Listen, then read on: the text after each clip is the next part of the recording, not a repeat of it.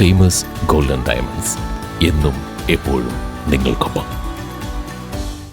സംസ്ഥാനത്ത് തൊഴിൽക്ഷമത വർധനയ്ക്കുള്ള പ്രവർത്തനങ്ങൾ ഊർജിതമെന്ന് മന്ത്രി MP രാജേഷ്.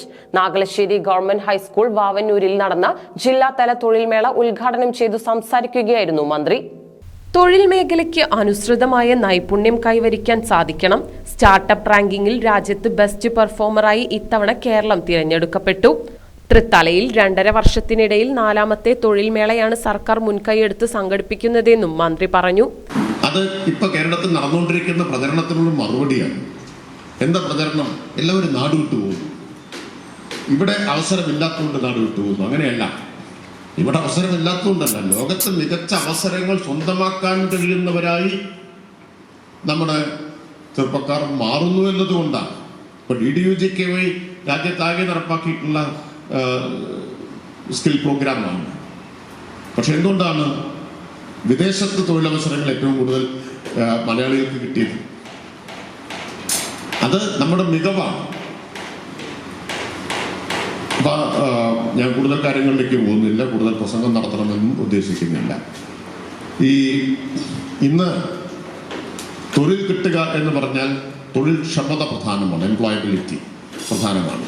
നമുക്ക് ഉന്നത വിദ്യാഭ്യാസ യോഗ്യത കൊണ്ട് മാത്രം തൊഴിൽ കിട്ടില്ല. അതുകൊണ്ടാണ് എഡ്യൂക്കേറ്റഡ് അൺഎംപ്ലോയ്മെന്റ് ഒരു വലിയ പ്രശ്നമായി തീരുന്നത്. ഉയർന്ന ബിരുദമുണ്ട്, ഉയർന്ന യോഗ്യതകളുണ്ട്, പക്ഷേ തൊഴിൽ കിട്ടുന്നില്ല. എന്താ കാരണം? തൊഴിൽ വിപണിക്ക് അനുസരിച്ച തരത്തിലുള്ള നൈപുണ്യം നമുക്ക് കൈവരിക്കാൻ കഴിയണം. അപ്പോഴാണ് ഈ തൊഴിൽ ക്ഷമത വർദ്ധിക്കുക. അതിനു വേണ്ടിയിട്ടുള്ള വിപുലമായ പ്രവർത്തനങ്ങൾ ഒരുപക്ഷെ ഇന്ത്യയിൽ മറ്റൊരിടത്തും നടത്താത്ത പ്രവർത്തനങ്ങളാണ് കേരളത്തിൽ നടത്തുന്നത്. KDISC, നോളജ് എക്കോണമി മിഷൻ, ഇതൊക്കെ അതിന് വേണ്ടിയിട്ടാണ്. കേരളത്തെ തന്നെ ഒരു വിജ്ഞാനാധിഷ്ഠിത സമ്പദ്ഘടനയും വിജ്ഞാനാധിഷ്ഠിത സമൂഹവും, knowledge economy and knowledge based economy, knowledge society ആക്കി മാറ്റാനുള്ള പരിശ്രമമാണ്.